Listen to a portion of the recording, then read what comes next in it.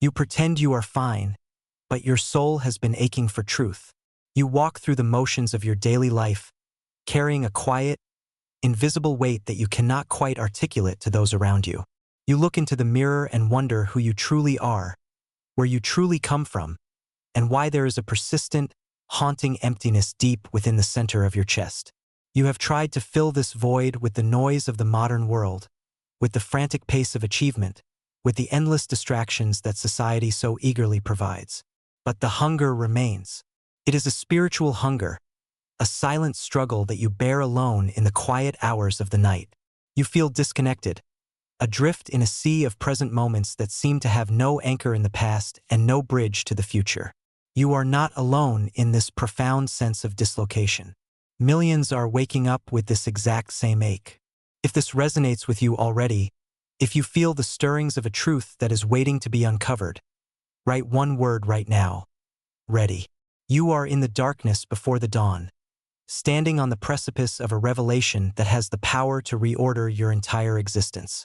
Joseph Smith once felt this same agonizing weight, this same desperate yearning for alignment, just before heaven opened and the cosmos shifted. It was a time of immense pressure, of silent waiting, of profound inner conflict that eventually gave way to an awakening insight. We are going to explore the sacred psychology of this breakthrough, and why the sudden obsession with where you come from is not an accident, but a divine rescue mission. To understand the magnitude of what you are feeling, we must journey back to a specific moment in time. The date is April 3rd, 1836. The place is the Kirtland Temple. It is the Sabbath day. The saints have sacrificed everything to build this house of the Lord. They have poured their poverty, their sweat, their blood, and their tears into the very mortar of its walls. They have fasted, they have prayed, and they have waited. Imagine the atmosphere in that sacred space.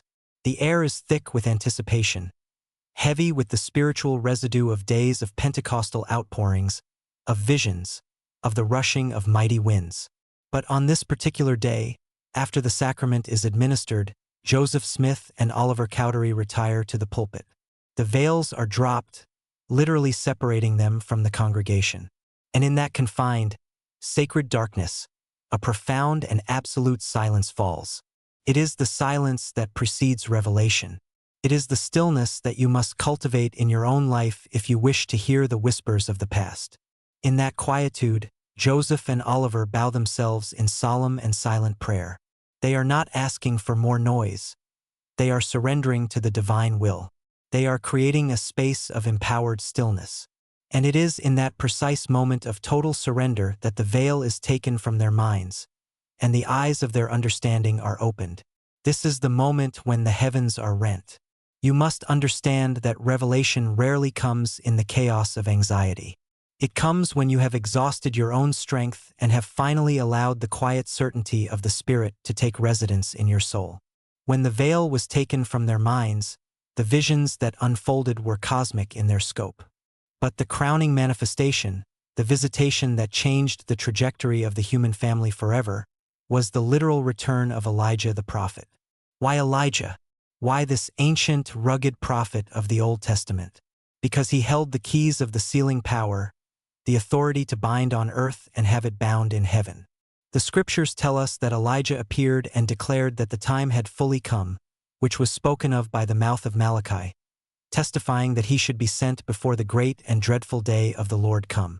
His mission: to turn the hearts of the fathers to the children, and the children to the fathers, lest the whole earth be smitten with a curse. This is not merely a poetic metaphor. It is a spiritual mechanic of the universe. The word curse, in this context, translates to utterly wasted. Without this turning of hearts, without this intergenerational welding link, the entire purpose of the earth's creation would be nullified. The human experience would be a fragmented, meaningless progression of isolated lives, living and dying without eternal consequence or connection. Elijah's return was the spark that ignited a global fire. It was the initiation of the grandest rescue mission in the history of the world. And the fact that you are sitting here today, feeling drawn to your ancestors, feeling a tug toward the past, is direct, incontrovertible evidence that the spirit of Elijah is moving upon you. You are part of the fulfillment of that 1836 vision. Look around you. Family history and genealogy have become the #1 hobby for people over 50 in the modern world. Millions of individuals, from every walk of life, every belief system, and every background, are suddenly spending their time, their resources, and their energy searching through obscure records, census reports, and faded photographs. Secular observers call it a trend, a demographic phenomenon born of the internet age and the natural nostalgia of growing older. But you and I know the deeper truth. This is not a hobby. A hobby is knitting. A hobby is collecting stamps. What is happening globally is a spiritual awakening. It is the literal, physical manifestation of the hearts of the children turning to their fathers. It is the veil thinning in the last days. People are feeling an unexplainable urge to know whose blood runs in their veins. This brings us to the first great realization, the first sign that you are being called into this work. It begins with a sudden, unexplainable pull. You may be going about your normal routine when suddenly, a specific thought, a particular name, or a vague memory of a story told by your grandmother anchors itself in your mind. It refuses to leave. It haunts you, not with fear, but with a persistent, quiet insistence. You feel compelled to search, to type a name into a database, to look at an old family tree. This is not random curiosity. This is the first delicate whisper of the spirit of Elijah. It is a call from across the veil. The second profound sign that the veil is thinning and your heart is being turned is the profound desire to heal generational wounds. As you delve into your family history, you do not just find names and dates. You find stories. You uncover triumphs, yes, but you also uncover tragedies, heartbreaks, addictions, abandonments, and deep-seated traumas. You begin to see the patterns of pain that have cascaded down through the generations, landing squarely in your own life and the lives of your children. The spirit of Elijah is not just an archivist's spirit. It is a healer's spirit. The turning of your heart involves a sacred psychological breakthrough where you realize that you have the power to be the cycle breaker. You are the one positioned at the vanguard of your family line, armed with the light of the restored gospel, with the capacity to look back into the darkness of your family's past and say, "The pain stops here." You begin to understand that when you forgive an ancestor, when you seek to understand their context, their struggles, and their environment, you are releasing them from the chains of their own history, and simultaneously, you are healing the wounded parts of your own soul. This is the consecration of your pain. The moment you break under the weight of this realization is the moment you are called to elevate your entire lineage. The healing flows backward and forward in time, a miraculous consequence of the sealing power. Consider the third magnificent sign of this global turning, the explosion of DNA testing. Millions upon millions of people are spitting into tubes, sending their genetic material into laboratories, desperately seeking to find out where they belong. The world sees this as a triumph of modern science. But prophetic wisdom teaches us that all things are spiritual. The Lord inspires the minds of scientists and innovators to create the tools necessary for His divine purposes. The DNA awakening is the literal blood of the ancestors crying out from the dust, demanding to be recognized, demanding to be gathered. When you look at a DNA ethnicity estimate, you are not just looking at a scientific pie chart, you are looking at a map of your sacred inheritances.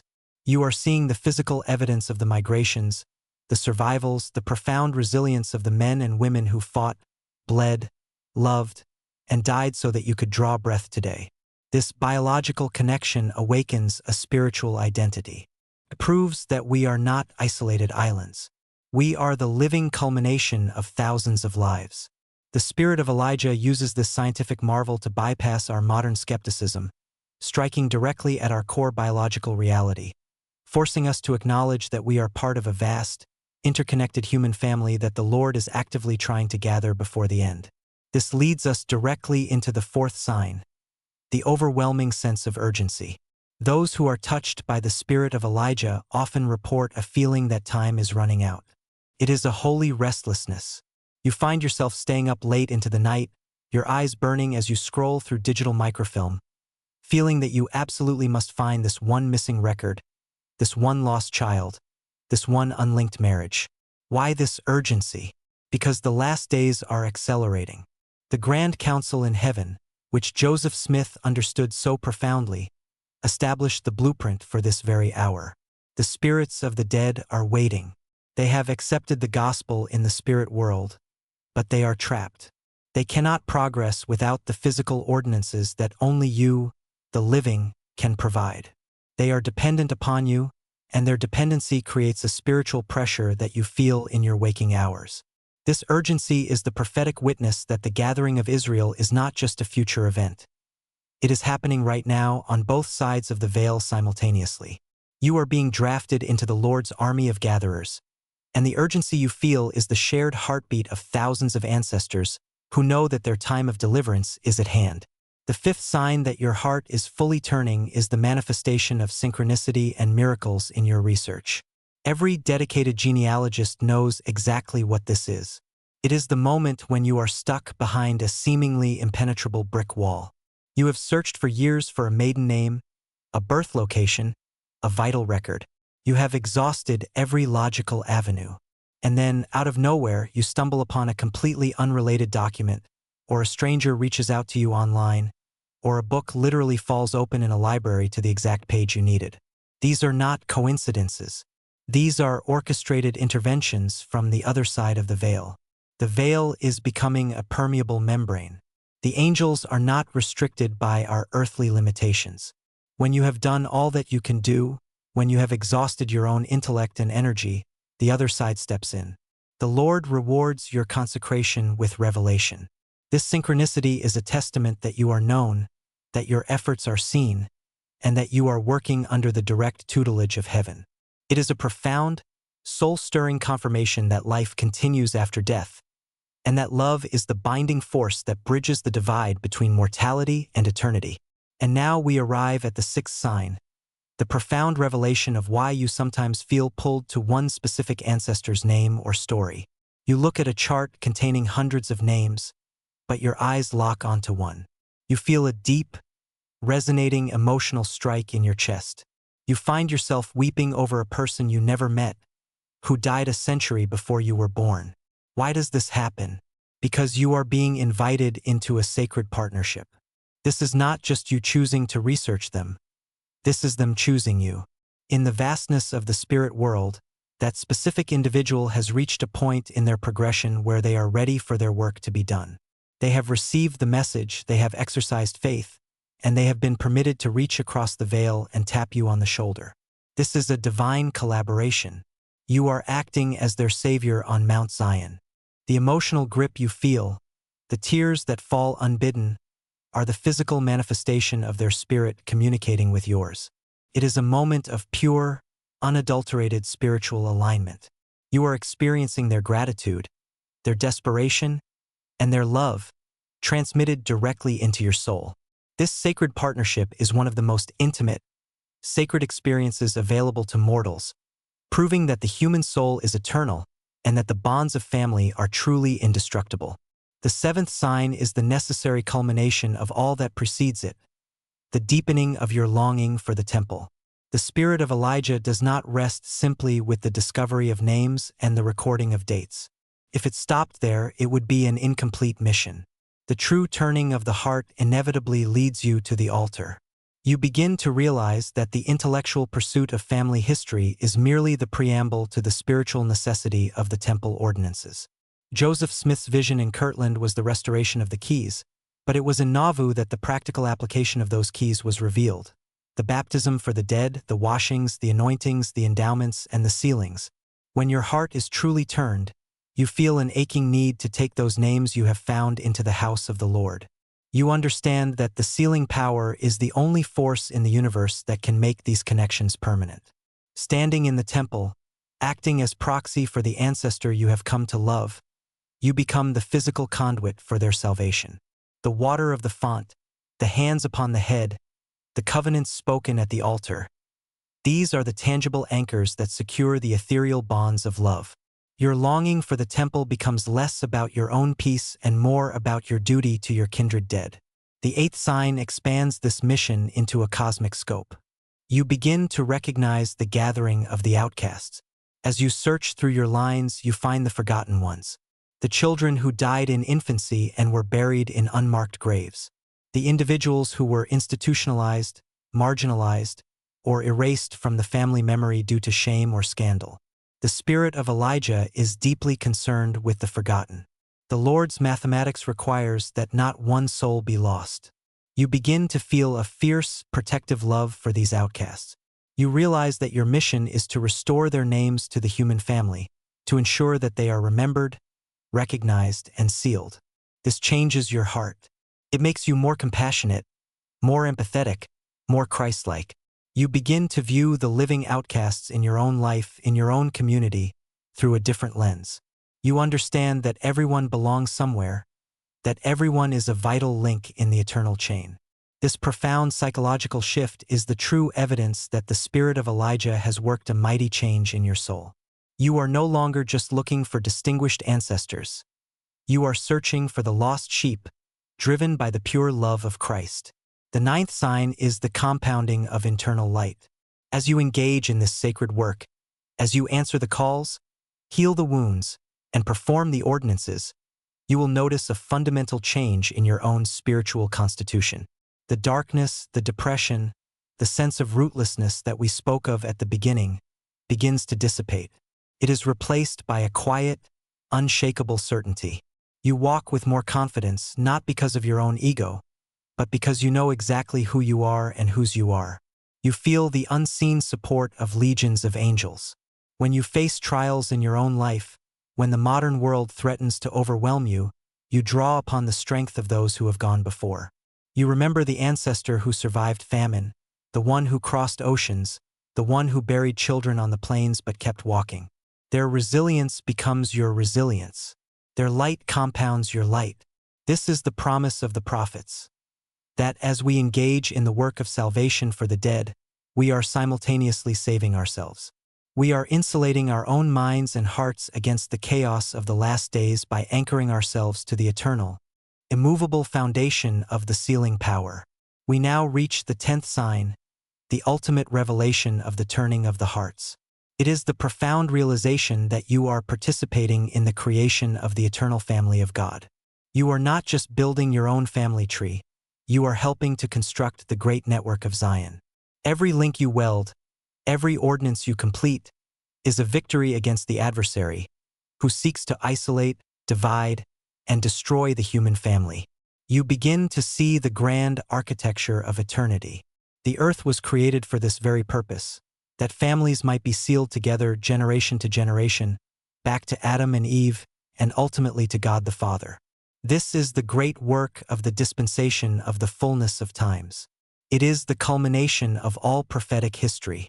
When you grasp this, when this truth settles into the deepest recesses of your soul, your entire life's purpose is clarified. You are a savior on Mount Zion. You are a holder of the flame. You are the answer to the prayers of the ancients. This brings us to the moment of emotional surrender. You who carry this quietly, you who have felt the stirrings of this spirit, you can no longer ignore the call. The silence is asking something of you. The past is reaching out its hand. Will you take it? Will you allow yourself to be broken open by this sacred responsibility? It requires consecration. It requires time, effort, and a willingness to step into the unknown. But the reward is a peace that passes all understanding. It is the joy of knowing that you have played a part in the rescue of souls. It is the thrill of spiritual alignment, where your will and the will of the Father are perfectly synchronized. Do not be afraid of the magnitude of the work. The Lord will guide your hands. He will open the doors. He will thin the veil for you. All He asks is for your willing heart. As we draw to the end of this journey, I invite you to step into the quiet transformation. Let the noise of the world fade away. Breathe in the reality of your eternal nature. You are surrounded by a great cloud of witnesses. They are cheering for you. They are relying on you. Accept the mantle that has been placed upon your shoulders. Go to the quiet places. Listen for the whisperings of the Spirit. Seek out your ancestors. Take their names to the holy temples. Weld the links. Heal the wounds. Answer the call of Elijah. The darkness before your calling is over. The dawn has broken. The light is here. And if you have stayed until this very end, until this final, sweeping insight into the eternal nature of your soul and your lineage, know this: you were meant to hear this today. This is not an accident. The alignment is real. Step forward in faith and let the great work begin.